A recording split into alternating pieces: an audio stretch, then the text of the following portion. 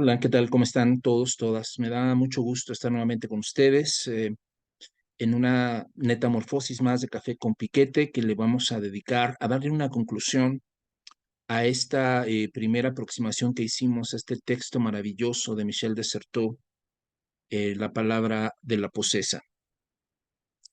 Quiero antes que otra cosa agradecerles el que tengan interés en el canal y en las cosas que estamos, digamos, editando y presentándoles a ustedes. Les pido su apoyo, que me inviten a más personas a suscribirse al canal, que le den like a los videos y que nos ayuden a difundir esta, digamos, aproximación que trata de ser filosófica, pero de una manera no técnica y, digamos, ponerla a disposición de una mayor cantidad de personas que lo que la academia usualmente tiene en mente.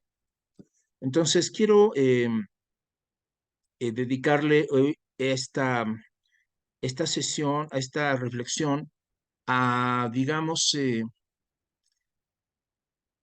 la conclusión final de lo que tengo yo como, digamos, altamente impresionado, no solamente, digamos, por tres razones. La primera, el hecho en sí, el fenómeno en sí de esta posesión colectiva que duró varios años y que terminó en una tragedia en la que a una persona, pues, la quemaron viva y muchas otras monjas terminaron en la cárcel. La misma Madre Juana de los Ángeles no tuvo que vivir amargamente esto, y después de eso hay testimonio de las memorias que hay de ella, de todo este suceso increíble ocurrido en, en un convento de principios del siglo XVII. Eso es una cosa impresionante, de la cual, como les comenté, hay una película preciosa de 1961 en blanco y negro que se la recomiendo muchísimo. Se llama Madre Juana de los Ángeles. Es una película polaca, difícil de conseguir. Hay una edición, digamos, la subieron a YouTube, pero está muy mal. Se corta, se frena, no está bien. Ojalá la puedan conseguir. Es una obra de arte en todos los sentidos imaginables, ¿no? La fotografía es preciosa. Todas las ilustraciones que usé en la sesión anterior y en la de hoy están inspirados no inspirados, están sacadas de la película. Son fotogramas de la película. Entonces, créanme que les recomiendo mucho. Visualmente, los diálogos son impresionantes. Es una película densa, profunda, preciosa y dramática, ¿no? Sobre este acontecimiento. Igual, ¿no? De Aldous Huxley también, ¿no? Dedicado también a este mismo fenómeno. Pero por el otro lado está, digamos, las circunstancias. La segunda cosa que me admira son las circunstancias en las que se dio esto, ¿no? El momento histórico, el punto de transición que hace que las posesas de Ludun estén, digamos, bajo la lectura de diferentes narrativas, como dicen, ¿no? De diferentes sistemas de pensamiento, de diferentes palabras o lenguajes que las quieren controlar, que las quieren acotar a un sistema, ¿no? Entonces es un cruce entre, digamos, lo religioso y lo laico, entre la medicina y la religión o la teología, ¿no? Es un cruce de época, ¿no? Porque estamos, digamos, en lo que será llamado posteriormente como la modernidad.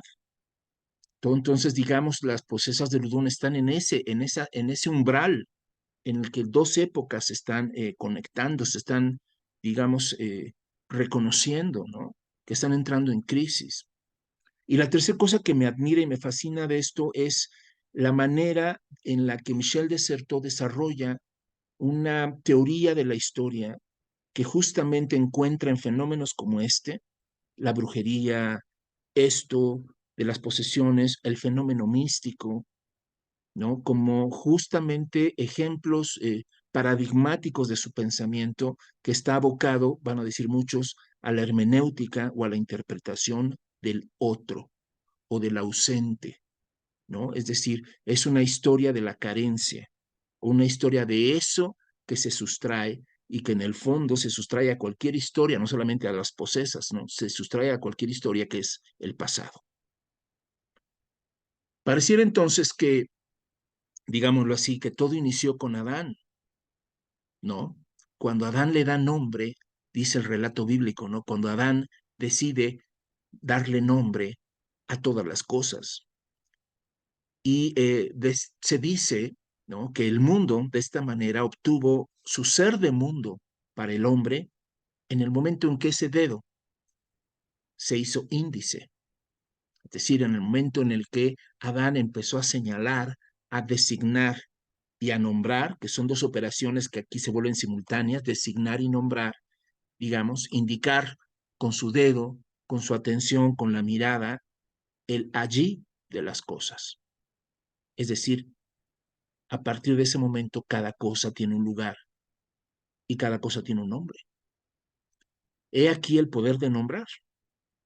Tener un nombre, ¿no?, desde ese momento es ser captado a la vez como singular, como una persona con un nombre propio, pero al mismo tiempo también como un ser que pertenece a una familia, es decir, un ser que ha sido llamado por otro de esa forma. El entramado de nombres propios, ¿no?, asegura un saber. Las relaciones de esos nombres propios entre sí establecen, ¿no?, de diferente índole, dice Foucault, esa prosa del mundo, ¿no?, establece, digamos, un sistema de saber y de identidades. Hay una especie digamos, de complicidad, ¿no?, de correspondencia entre el nombre y lo que designa el nombre. Un poco a la manera como Borges habla, ¿no?, de su poema del Golem, ¿no?, cuando dice que el nombre es arquetipo de la cosa. Es decir, el nombre es el que lleva la esencia de eso que está designando, de eso que está nombrando. Y entonces, bueno, pues se crea, dice Foucault, una especie de prosa del mundo, una narrativa, un decir del mundo que lo vuelve habitable y que hace de él un sistema de autorreferencias, ¿no? Como en el hermetismo, ¿no?, que el arriba es abajo y dentro es fuera y todo ese tipo de cosas son referencias, ¿no?, que permiten la comprensión tanto de lo más elevado como de lo más ínfimo. Pero a su vez, digamos, esta avidez de apropiarnos de las cosas a través del lenguaje se topa con ciertos límites. Es decir, el lenguaje se topa con algo que está fuera de él, que le atrae, que le seduce y que tiene la intención de incorporarlo dentro de su propio sistema. Es decir, pareciera que los sistemas reconocen que hay otro, que hay un alter, que hay un ausente o un outsider, un fuera del sistema, que se resiste a ser reducido a lo mismo, es decir, a lo que está dentro de esa estructura, ¿no? El historiador, ¿no?, digamos, para Michel de Certeau, la historia es posible justo en ese hueco, en el que hay una carencia del otro, en el que, digamos, dialogamos con los muertos, con los fantasmas, con los que ya no están aquí. El verdadero fantasma de la historia es el pasado, es decir, algo que no puede ser más que convocado a través de manera, digamos, tangencial por documentos, por archivos, por monumentos, por vestigios, por señales que evocan a ese otro ausente, que es el pasado en sí. Y que justo ese hueco es lo que permite, digamos, que la historia sea posible y al mismo tiempo también un saber muy problemático, ¿no? Entonces, digamos que el historiador, dice Michel de Certeau, ¿no?, que cuando está haciendo este ejercicio de indagación, de erudición, de recabar información, de archivos y documentos, se da cuenta de que hay dos distancias con las cuales él tiene que estar interactuando todo el tiempo. La primera distancia es la que él reconoce que hay entre el archivo y lo otro, lo que no fue dicho, lo que está, digamos, como ese referente perdido que es el pasado, o lo vivido, como alguien podría decir, ¿no? Es decir, yo manejo, diría el historiador, yo manejo el archivo, manejo los documentos, no el pasado. Pero también el historiador descubre que hay otra distancia que también es compleja y que también hace de su tarea, pues, un albur, un ejercicio, digamos, de incertidumbres. Y es el hecho de que también hay una distancia entre esos documentos y el mundo al que pertenecen y el mundo del historiador. Es decir, Michel de Certeau no cree que el mundo del historiador sea superior o esté mejor capacitado para entender lo que los documentos dicen sobre el pasado al que están haciendo referencia, ¿no? Es decir, ahí habría que no haya una especie de usurpación, diría Michel de Certeau, ¿no? Para que el conocimiento del historiador no se imponga como una verdad mucho más originaria o más pura que la de los otros. Por ejemplo, en el caso de lo que estamos viendo con digamos, con la experiencia del exorcista o del médico, ¿no? Es decir, digamos, si hay mucha esa pretensión, ¿no? Muy típica de los prejuicios del historicismo del siglo XIX, de pensar que el que está al final de la cadena tiene una mejor comprensión de la cadena que cualquiera de los puntos intermedios, suponiendo que haya una sola cadena, ¿no? Que es la que él considera, en la que él se pone al final, ¿no? Como si fuera él, digamos, la punta de lanza, ¿no? Entonces, el historiador para Michel de Certeau digamos, en ese ejercicio clasificatorio de archivos y de documentos, ¿no? Descubre esta doble reto, ¿no? De un pasado sustraído de los documentos, que los documentos, digamos, evocan, pero que no trato con él, sino con los documentos. Y por el otro lado, esa distancia, ¿no? Resulta entonces que en esta tremenda historia de las posesas, de las endemoniadas de un convento, hay este otro que está, digamos, de una manera formidable y paradójica, ¿no? Digamos, mostrado en la historia y en las palabras de las endemoniadas. Hay un otro que aparece allí, que se exhibe, pero que se evade y trastoca el juego de Adán, ese juego que les decía de designar con un nombre a cada cosa y darle un lugar a cada cosa.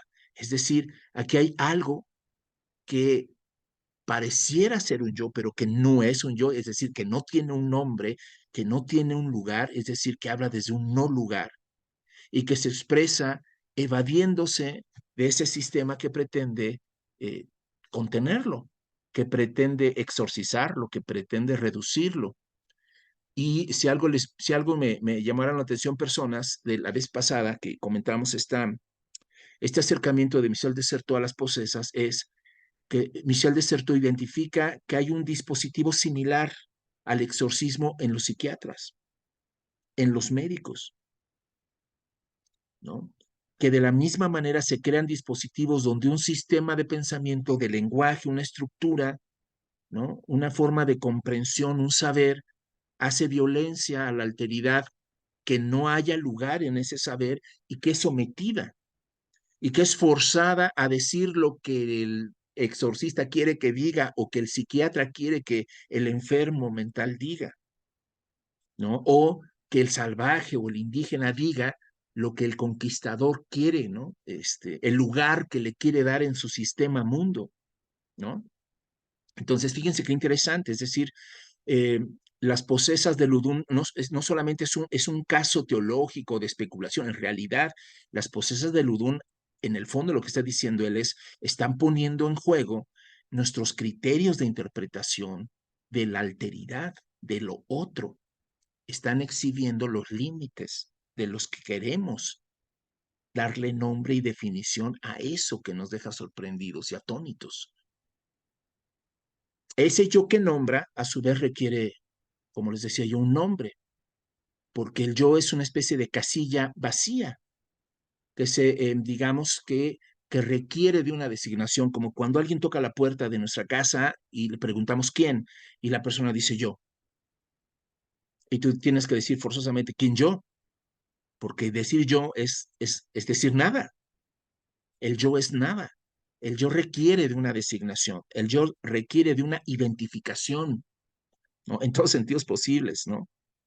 Resulta, pues, que esa es justamente la estrategia de las poseídas, la evasión de esa designación, el jugar con los nombres que el exorcista le está poniendo a esos demonios, a esas manifestaciones y que se resisten a esa, digamos, a ser ubicados en el juego, digamos, ¿no? De nombres o en el diccionario imaginario de los nombres que tienen los exorcistas. Entonces dice Michel de Certeau que cuando él empieza a estudiar esta historia, él nota que en los primeros meses las endemoniadas responden con los nombres de los demonios que los exorcistas dicen que sí son, ¿no? Si eres Astaroth, si eres Behemoth, si eres todo este tipo de designaciones típicas de los demonios medievales, ¿no?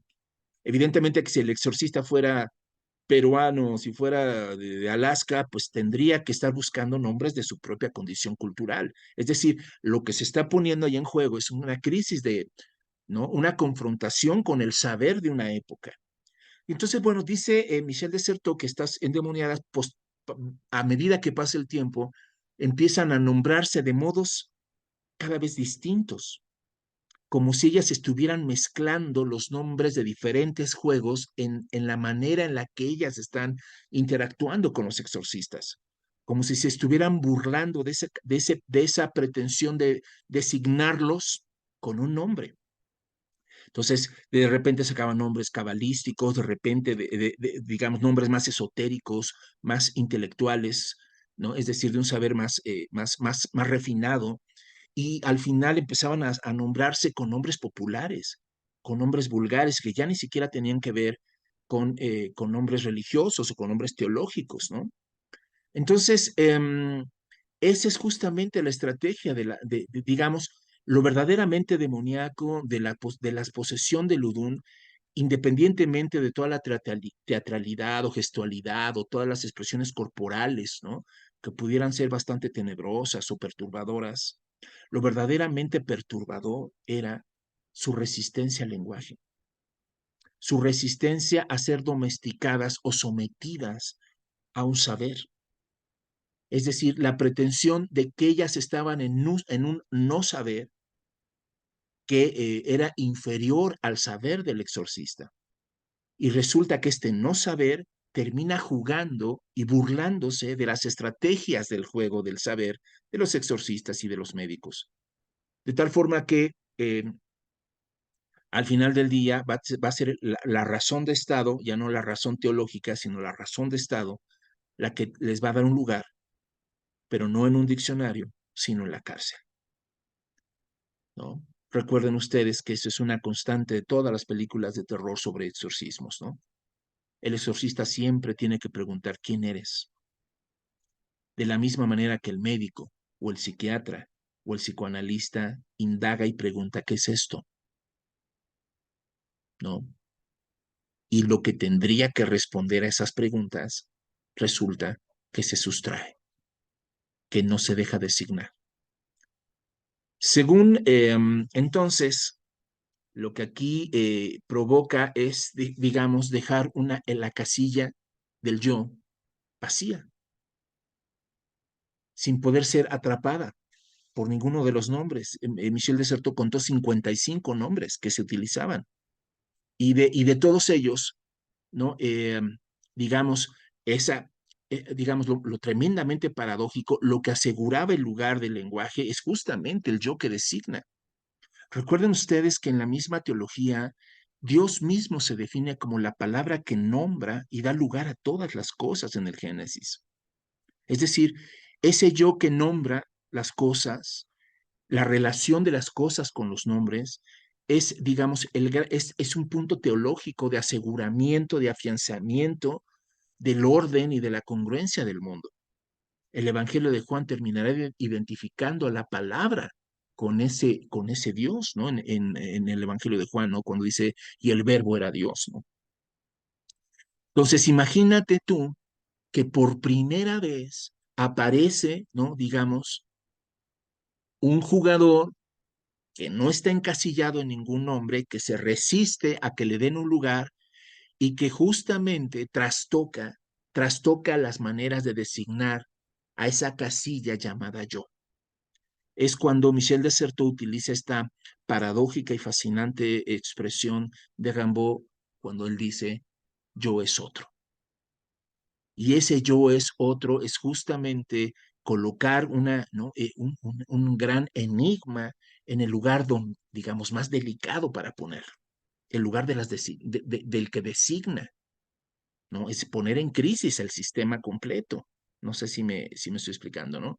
Es de la misma manera como cuando una enfermedad nueva aparece, ¿no? En los anales de la ciencia y pone a todos de cabeza porque no le pueden dar un nombre. Lo mismo que sucedió con el SIDA, ¿no? De que no podían precisar exactamente qué era esa bacteria o virus o qué, toda una enorme polémica sobre eso, ¿no? Es decir, trastocaba nuestro sistema de saber, ¿no?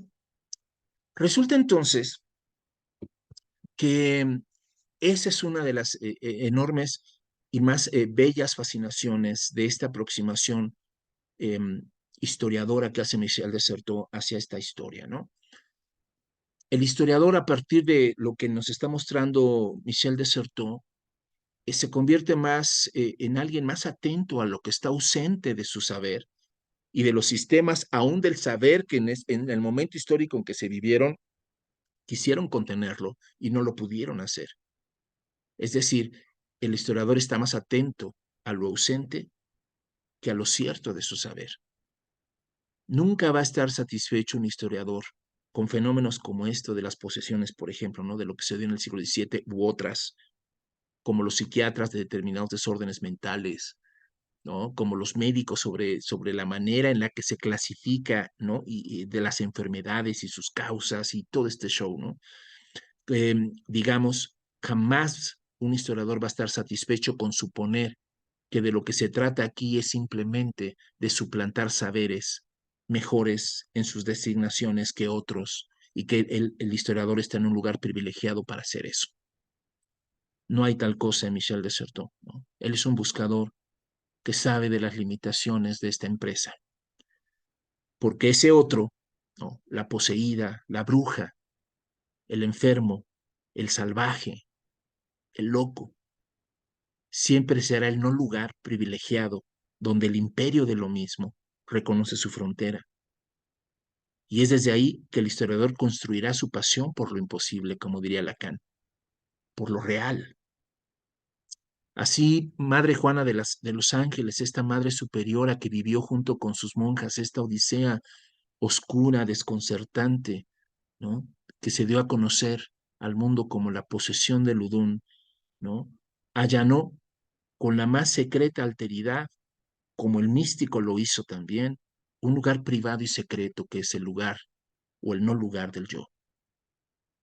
La filosofía a partir del siglo XVII hará lo mismo con lo que resta, con el mundo, con la idea del mundo. A partir del siglo XVII, curiosamente, también el mundo sufrirá una transformación, también va a haber una alteración de la manera de representar la realidad. El mundo se convertirá en puro espacio, dice Michel Desserteau. Descartes lo describe así. El afuera es pura extensión. Y entonces la adecuación del nombre y la cosa se volverá tremendamente problemática y ahora solo nos quedará el gran tema de la certeza subjetiva o de este juego de representaciones en los que la verdad se convierte en certeza. Así lo escribió y así lo reconoció María Zambrano, esa gran filósofa española, cuando en su bello libro sobre las confesiones o la confesión género literario, ella afirma que en el pasado la verdad hacía libre, porque la verdad tenía una dimensión subjetiva transformadora, ¿no? Que la verdad sí era un encontronazo con la realidad, que sí, digamos, trastocaba las certezas y las seguridades de las personas, ¿no? Por eso tenía ese poder de iluminar, de fragmentar, de destruir, como en las tragedias griegas. Pero que en la modernidad el hombre, en lugar de ser transformado por la verdad, dice María Zambrano, terminó transformando a la verdad y haciéndola a su imagen y semejanza, haciéndola certeza. Así es que entre esas dos incertidumbres, la incertidumbre del yo, de un cogito herido, diría Riquet, y un mundo, ¿no? Que se problematiza en el modo como se ha representado y en sus sistemas de representación, nos encontramos hoy. Les agradezco muchísimo su presencia. Les repito, me encantará que le apoyen la página dándole like. Y nos vemos en la próxima Metamorfosis, que les prometo que estará también súper interesante. Les agradezco, que estén ustedes muy bien. Un abrazo y suscríbanse al canal. Bye.